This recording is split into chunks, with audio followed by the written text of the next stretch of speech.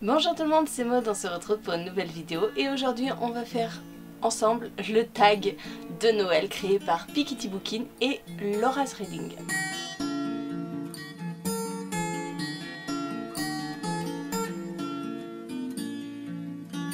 J'ai été taguée par Stéphanie pour réaliser ce tag, merci à toi Stéphanie. Et bah écoutez, j'ai devant moi tous les livres que j'ai à vous présenter, donc on va commencer tout de suite. Je ne dis pas que ça va être facile. Non, je ne le dis pas parce que je sais que ça va être très compliqué, puisque moi la période de Noël c'est pas vraiment mon truc. Mais bon écoutez, on va s'adapter, parce que moi les romances de Noël je n'en lis pas, mais vous allez voir, j'ai trouvé des solutions. Première question, quel livre aimeriez-vous sous le sapin de Noël? Alors là, ça va être très simple, puisque je sais qu'il y est. Je l'ai demandé à Noël, je sais que mon chéri l'a pris. Et il s'agit de la suite de King of Scars, de Leigh Bardugo, paru chez Milan. Cette suite, si vous voulez, je l'attends pas forcément, puisque je n'ai pas encore lu le tome 1. Mais comme j'aime beaucoup le Grishaverse, je me dis que j'ai très envie de m'enchaîner cette saga et de découvrir Nikolai. Donc voilà, je sais que le second tome sera sous le sapin de Noël. Après, si j'avais voulu faire des folies, j'aurais demandé le second tome de Alice au Pays des Merveilles de l'autre côté du miroir par Benjamin Lacombe, parce qu'il est magnifique, mais bon. Je suis restée raisonnable, je continue mes sagas. Quel livre offriez-vous à Noël à un proche? Eh bien écoutez, mon dernier coup de cœur en date, Amari et le bureau des affaires surnaturelles de Bibi Alston chez Bayard Jeunesse, parce que j'ai beaucoup aimé cette histoire. Alors oui, c'est un jeunesse, mais il regroupe un petit peu tout ce que j'aime dans le jeunesse et j'aimerais le faire découvrir à plus de gens. D'ailleurs, je l'avais offert à Stéphanie pour son anniversaire. Donc je l'offre. Question 3, le livre qui te donne froid. Alors je suis partie sur quelque chose de très basique, un livre avec une couverture de neige, et il s'agit de La fille de l'hiver de Eowyn Ivey, paru chez 10-18, parce que voilà, hein, une couverture très blanche, perdue dans la neige avec un renard. Ce livre me fait très envie, il m'avait été offert il y a quelques années déjà et je ne l'ai pas lu. Mais je vais le faire. Le livre qui te réchauffe le cœur en quatrième, eh bien, on reparle encore d'un coup de cœur avec La maison au milieu de la mer céruléenne de T.J. Klune, paru chez De Saxis. Ce roman a été une bouffée d'air frais, un petit bonbon. J'ai adoré cette lecture et j'ai limite envie de me le relire quand ça va pas trop bien. Cinquième question, le personnage avec qui tu te blottirais bien sous la couette. Voilà.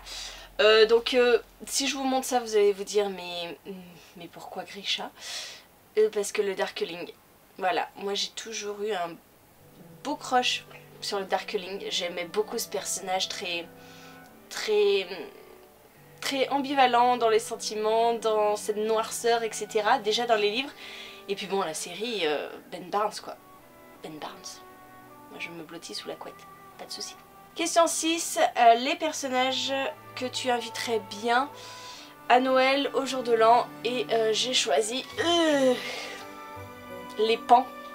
Voilà, dans Autre Monde de Maxime Chatham, parce que c'est un groupe d'enfants, d'ados qui se battent pour leur survie, qui ont perdu tous leurs proches, qui ont besoin de bonheur et de joie, et du coup bah, les fêtes de fin d'année c'est ça aussi, c'est du bonheur, des joies, des cadeaux, tout ça, et j'ai envie de leur offrir ça parce qu'ils ont une vie tellement compliquée, et puis bon, ça fait partie de mes sagas chouchou, Autre Monde. Question 7, pull de Noël ringard, une couverture ringarde. Et ben écoutez, j'ai choisi une très vieille édition, le Bilbo le Hobbit de J.R.R. Tolkien. Alors c'est chez le livre de poche et je trouve cette couverture mais affreuse. Et puis vieillotte quoi. Voilà, c'est de la vieille fantaisie, c'est avec un dragon qui ressemble même pas à un dragon, un Hobbit bref, une couverture moche. Regarde. Dans quel livre aimeriez-vous passer Noël? Alors moi quand je pense à Noël, tout de suite, comme je ne lis pas de romances de Noël, comme je ne lis pas de romans sur les fêtes de fin d'année, et ben me vient en tête Harry Potter, tout simplement parce que dans chaque livre, on y passe Noël, c'est rempli de neige, il y a les visites à Préolard et puis il y a la grande salle, bien sûr, décorée avec ses milliers de chandelles. Et pour moi, voilà, Noël évoque tout de suite Harry Potter.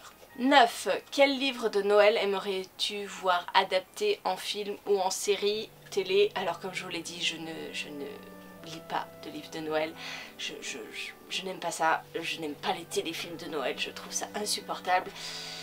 Du coup j'ai choisi le seul livre que j'ai lu cette année pour l'hiver, et encore c'est pas vraiment sur les fêtes de fin d'année, c'est à la période des fêtes, mais bon c'est surtout la neige et tout, bon bref, j'ai choisi Un hiver à pile ou face de Kara McDowell chez Milan, parce que c'est le seul que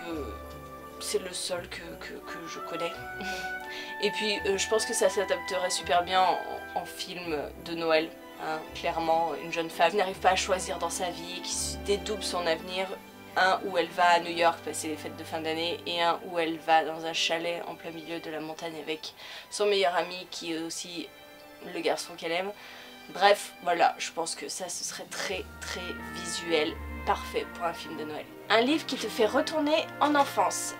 Alors je n'ai pas le premier tome sous la main parce que je l'ai laissé à Marilyn pour Montreuil, parce que je l'ai fait dédicacer.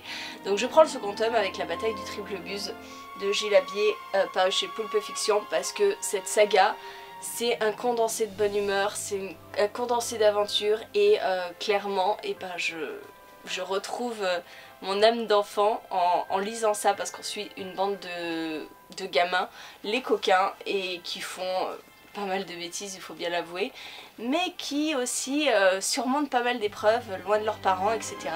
Donc ça c'était une super découverte, et voilà, le premier tome, Le Trésor de l'île sans nom, que j'avais vraiment adoré. Quel livre pourrait remplacer la bûche dans la cheminée? C'est-à-dire un livre qu'on n'a pas aimé et qu'on jette au feu sans problème. Alors je prends le dernier flop en date, c'est-à-dire Soleil de sang de Christophe Ferré chez l'Archipel, parce que j'ai pas aimé ce roman, hein, clairement.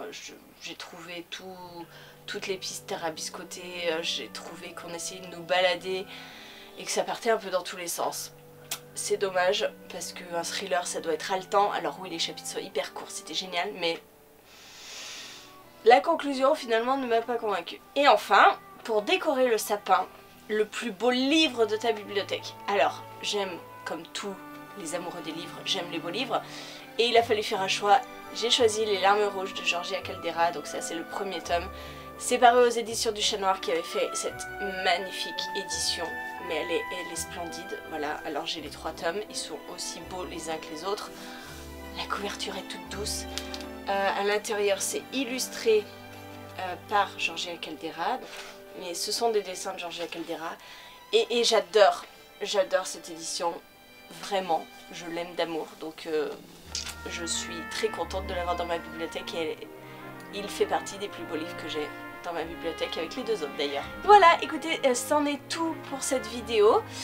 Merci Stéphanie de m'avoir tagué, je vais à mon tour taguer des personnes, voilà, je vous désigne, après vous en faites ce que vous voulez. Le principe c'est de créer une chaîne pour que ce tag se répande partout.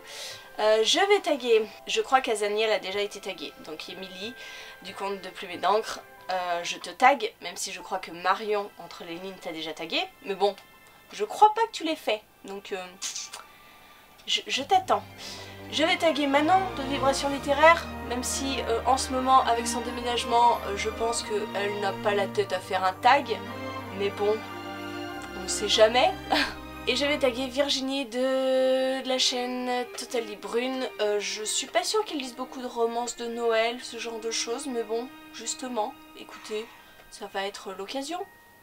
Voilà, bon bah écoutez, ce tag est terminé, n'hésitez pas à le reprendre de votre côté s'il vous tente, sur Instagram, sur votre blog, n'importe où, ou même en commentaire si vous voulez, n'hésitez pas. Et moi en attendant, je vous fais des gros bisous, je vous souhaite une très bonne journée, de très bonnes lectures, et je vous dis à très bientôt pour une nouvelle vidéo.